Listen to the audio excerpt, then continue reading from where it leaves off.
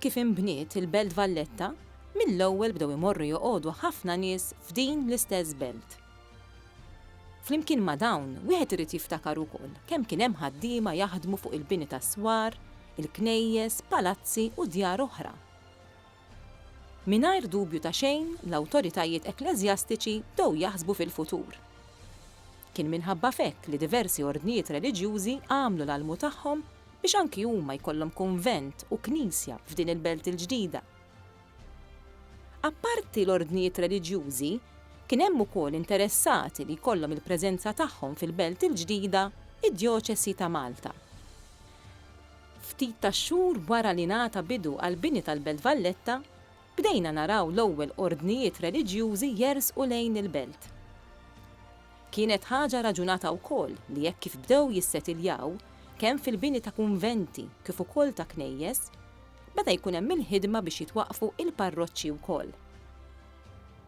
Qabel ma nbniet il-Belt Valletta, iż-żona kollha kienet tagħmel parti mill-parroċċa ta' San Ġorġ ta' Ħall-Qormi. Iżda issa dan kellu jinbidel kollu. Fi żmien il-Kavallieri twaqfu żewġ parroċċi fil-Belt Valletta. Kien hemm il-parroċċa tad-Dominikani bil-knisja ddedikata lill-Madonna ta' Portu Salvu u kien hemm ukoll it-tieni parroċċa imwaqfa mid-Djoċesi ta' Malta u ddedikata lil San Pawl Nawfragu. Il-Knisja tad-Dominikani tinsab fi Triq il-Merkanti. Din saret parroċċa fl-1571 u kienet ingħatat dan it-titlu mill-Papa Dominikan Papa San Piju V. Fil-fatt din il-Knisja saret il-parroċċa ewlenija u matriċi tal-belt il-ġdida kollha kemm hi. Fuq il-faċċata hemm bust li huwa kopja tal-oriġinal li juri lil dan il-Papa, xogħol tal-iskultur Palermitan Giuseppe Valenti.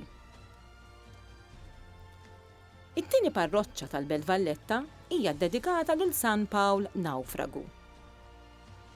Qabel ma nbniet il-Knisja, il-Kappillan nominat mill-Isqof u l-Kapitlu tal-Katidral kien jamministra s-sagramenti mill-Knisja tal-Karmelitani. Aktar tard inbniet l-ewwel Knisja li nbniet fuq id-disinn ta' Ġlor Mukassar. Din l-ewwel Knisja kienet tinsab fejn illum hemm il-Knisja tal-Ġiżwiti.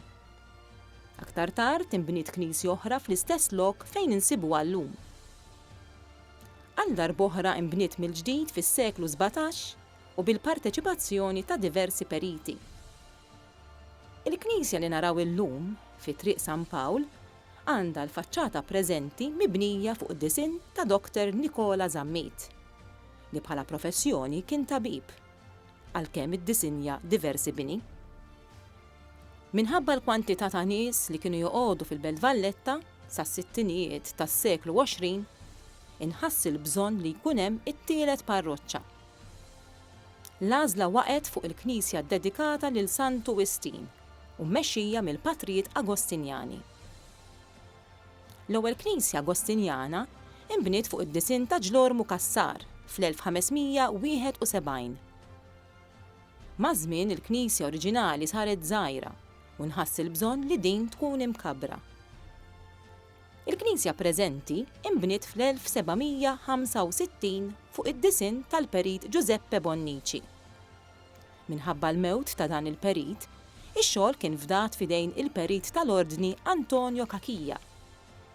Kien imbagħad fl-1968 li l-Knisja ta' Santu Wistin saret it-tielet parroċċa tal-Belt Valletta. It-tlet parroċċi tal-Belt Valletta, dik tal-Madonna ta' Portu Salvu, ta' San Pawl Nawfragu u ta' Santu Wistin huma knejjes ħajjin u mimlin teżori artistiċi.